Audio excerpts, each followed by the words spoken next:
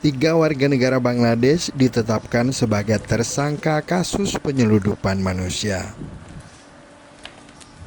Mereka ditangkap setelah terbukti sebagai pelaku penyeludupan 137 etnis Rohingya yang mendarat di pantai Kuala Parit, Kecamatan Sungai Raya, Aceh Timur pada 1 Februari 2024 lalu.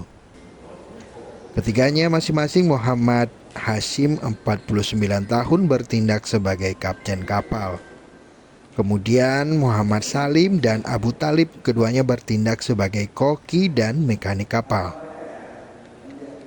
Kapolres Kota Langsa AKBP Andi Rahmat Syah menyebut ketiga warga Bangladesh tersebut terlibat dalam sindikat agen penyeludupan manusia dari kamp penampungan etnis Rohingya di Cox's Bazar, Bangladesh.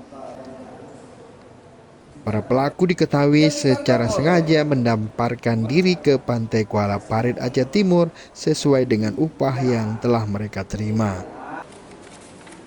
Di mana pasal ini ancaman pidananya paling singkat 5 tahun, paling lama 15 tahun.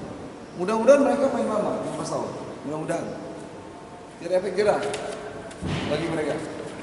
Dan kepada masyarakat, harapan saya ini adalah bukan pengungsi, ini adalah penyeludupan manusia. Ini kejahatan. Jadi undang-undang ya dikenakan ini undang-undang penyeludupan manusia. Tipe smuggling.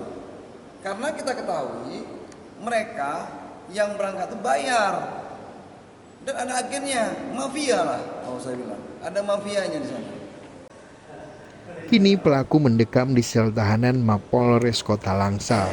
Pelaku akan dijerat dengan Undang-Undang Perdagangan Manusia dengan ancaman hukuman 15 tahun penjara. Saat ini para pengungsi Rohingya masih ditampung di pantai Kuala Parit, Kecamatan Sungai Raya, Kabupaten Aceh Timur, tempat mereka mendarat. Dari Langsa, tim liputan Aceh Video.